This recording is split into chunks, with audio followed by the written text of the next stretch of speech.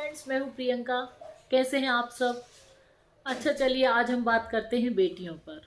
बेटियाँ, ये शब्द या संबोधन हमारे दिमाग में आते ही हमें एक बड़ी प्यारी सी फीलिंग आती है, क्योंकि बेटी ईश्वर का दिया हुआ सबसे बहुमूल्य उपहार है।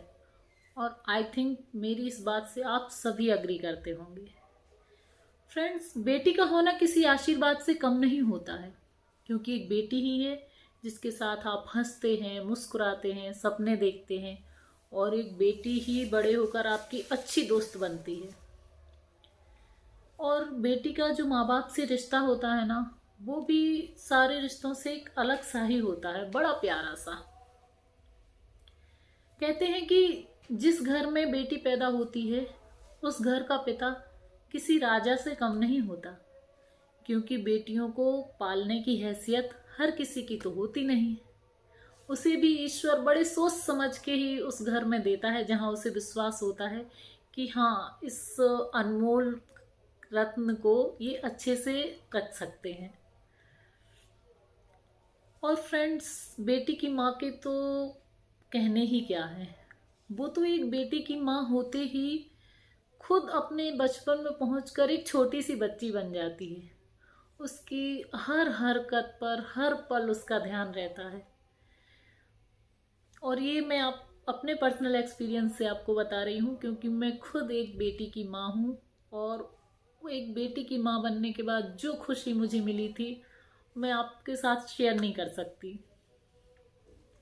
क्योंकि एक माँ, कहते हैं कि कुछ मतलब कई चीज़ें लाइफ में किसी कारण बस हम नहीं कर पाते हैं, तो एक माँ चाहती है कि अपनी बेटी के थ्रू वो अपनी सारी इच्छाएं जो कुछ थोड़ी बहुत छूट जाती हैं, वो अपनी बच्ची में वो सारी चीज़ पूरी कर सके। और फ्रेंड्स, मैं आजकल के माँ बाप से एक बात ज़रूर कहना चाहूँगी कि आप अपनी बेटियों को छुई मुई सी, नाजुक सी ना बनाएं, क्योंकि ये तो वो ऑलरेडी होती ही हैं। आप उन्हें फौलाद जैसा मजबूत बनाइए, इतना निडर व इतना साहसी बनाइए कि वो किसी भी परिस्थिति का सामना कर सकें, उससे घबराएं नहीं। और इस पर मैं 2 लाइन बोलना चाहूँगी कि अपनी बेटी को चांद जैसा मत बनाइए। अपनी बेटी को चांद जैसा मत बनाइए कि लोग उसे घूर घूर कर देखें। अगर बनाना ही है तो उसे सूरज के जैसा बनाइए, ताकि उसे घूरने से पहले घूरने वाले की आंखें झुक जाएं। फ्रेंड्स, कैसे दिखना चाहिए, बस इसी पर ध्यान देने के बजाय इसके साथ साथ कैसे पढ़ें, कैसे अपना सेल्फ कॉन्फिडेंस बढ़ाएं, इस पर भी बराबर ध्यान देना चाहिए। और मैं तो कहती हूँ कि पढ़ाई लिखाई के बराबर ही हमें उनके खेल कूद और कराटे, बॉक्सिंग, सेल्फ डिफेंस आदि पर भी उनको सिखाना ही चाहिए। बहुत ध्यान देना चाहिए इन सब चीज़ों पर, क्योंकि अगर आप बेटी मानसिक व शारीरिक रूप से मजबूत होगी तो हमें कहीं भी अकेले आने जाने या उसको भेजने में सोचना नहीं पड़ेगा। और ये जो आजकल का माहौल चल रहा है, इस सब से तो आप वाकिफ हैं ही। तो इसके हिसाब से तो हमें उसको बहुत ही मजबूत बनाना चाहिए। और एक बात और फ्रेंड्स, आप अपनी बेटी पर अपना विश्वास कभी कम ना करें।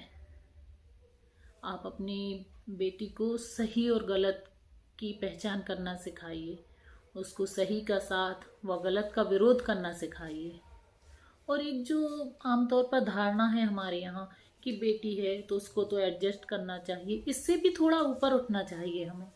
क्योंकि अगर देखा जाए तो एडजस्टमेंट तो सभी करते हैं, और थोड़ा बहुत एडजस्टमेंट तो जायज़ है और करना ही चाहिए, कभी रिश्तों को बचाने के लिए, कभी हमारे रिश्तों की बेहतरी के लिए।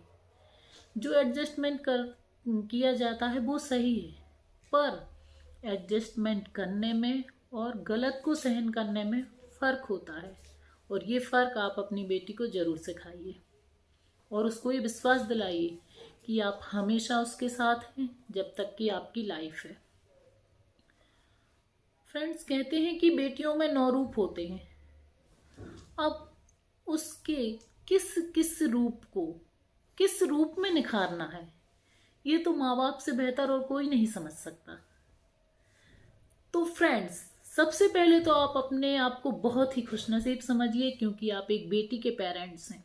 और उसके बाद आप अपनी बेटी को लाइफ में कुछ करने के सपने दिखाइए और उसे अपने साथ व विश्वास के पंख दीजिए, और फिर देखिए कि वो कैसे आसमान चीरकर अपने सपनों को हकीकत में बदलती है।